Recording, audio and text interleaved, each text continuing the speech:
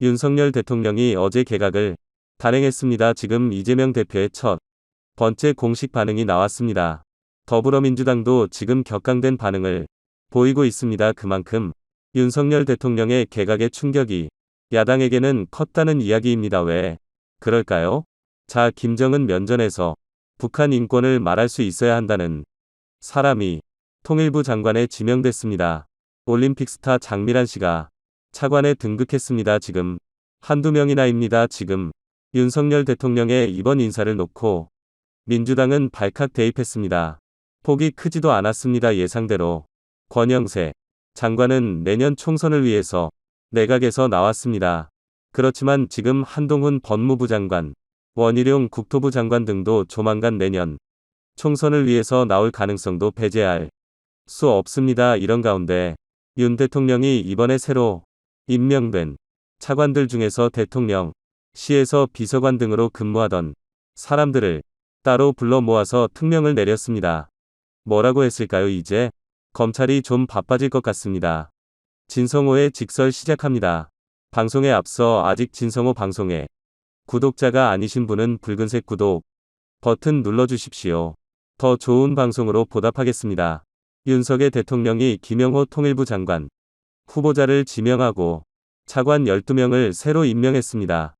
국정안정과 변화를 동시에 도만 인사라는 것이 대통령실의 설명인데 장관 교체를 최소화하면서 대통령실에서 일했던 비서관 5명, 김어진, 박성훈, 배광국, 임상준, 조선경이 5명이 비서관을 차관으로 전격 발탁해 윤석열의 국정 철학을 각 부처에 소통하겠다 이런 의미로 받아들여지고 있습니다. 이 5명 비서관을 따로 불러서 투명도 내렸습니다.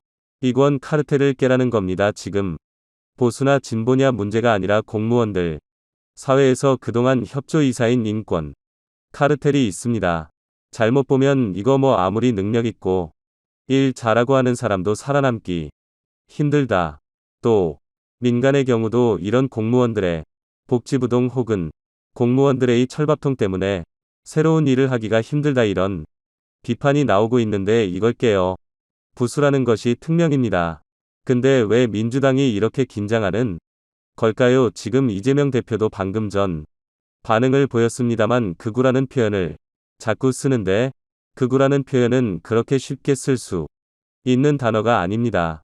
지금 이 윤 대통령은 특히 통일부 장차관 모두 외부 인사를 선임했습니다. 그동안 문재인 정권 5년 동안 통일부에서 해온 일에 대한 불신, 강한 불신이 깔려 있습니다. 무엇보다도 이 통일부 장관 후보자 작가가 공인하는 전문가입니다. 자, 이런 것들이 지금 민주당은 긴장시키고 있습니다. 김영호 통일부 장관 후보자 성신여대 교수입니다. 6.25 전쟁의 기원과 정교한 등을 연구한 국제정치학자입니다. 이명박 정부 때 청와대 통일비서관과 외교부 인권대사를 지낸 경험도 있습니다.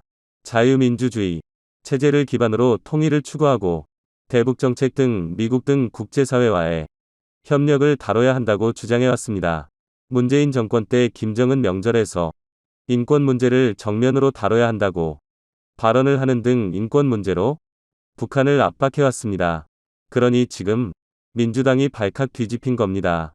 자, 이 윤 대통령이 권익위원장의 김홍일 전 부산고검장을 임명한 것도 전현희 정치인 출신입니다. 전현희의 정치적인 권익위 운영에 대해서 자유와 민주의 기반안이 공정한함을 잃지 말라는 메시지로 해석되고 있습니다. 김홍일 스님 권익위원장은 윤 대통령이 대금정수 2과장을 지냈을 때 직속 상관 대검 중수분장을 지내니 검찰의 엘리트 출신입니다. 문재인 전 대통령이 임명한 전임위원장 전현희 민주당 국회의원을 지낸 정치인 출연이지만 이제 부패 방지와 국민권익 구조라는 본연의 임무에 집중하였다느니 김홍일의 포부를 들어보면 이제 권익위도 바뀔 겁니다. 지금 전현희 전 위원장의 여러 가지 부적절한 행동들이 밝혀지고 있으면서 앞으로 김홍일 권익위원장에 대한 기대가 점점 더 커지고 있습니다. 자, 지금 민주당 구제불능의 인사다. 박성준 민주당 대변인 극단적 남북 대결주의를 주장하는 사람을 통일부 장관으로 내세우고 이명박 후보의 BBK 사건을 덮어준 정치검사를 권익위원장의 한 진단이 가장 투자한 알고 맹비난했습니다. 관심을 놓았던 이동관 방송통신위원장 후보자는 발표하지 않았습니다. 시기적으로 좀 있고 또 지금이 하게 되면 김여재 방통위원장 직무대행의 업무에 지장이 있을 수도 있다는 그런 합리적이고 정치적인 판단을 한 것으로 보입니다. 자, 이재명 대표는 오늘 윤 대통령의 6.29 개각과 관련해서 쇄신이 아닌 퇴행 그 자체다. 크고 발언 그곳 유튜브 그거 인사 극우 정책 극우 정권 극우 대통령까지 나라가 참 걱정이라고 어처구니 없는 코멘트를 날렸습니다. 그만큼 이들에게 이번 윤 대통령의 개각은 아팠다는 생각이 듭니다. 자, 이런 가운데 윤 대통령이 어제 차관으로 임명된 대통령들의 비서관들을 따로 불러봤습니다. 그리고 이런 말을 했습니다. 국민을 위해 봉사하는 고위직 공무원으로서 업무를 처리해가면서 약탈적인 인권 카르텔을 발견하면 과감하게 말해서 싸워달라. 약탈적인 인권 카르텔이라는 표현을 썼습니다.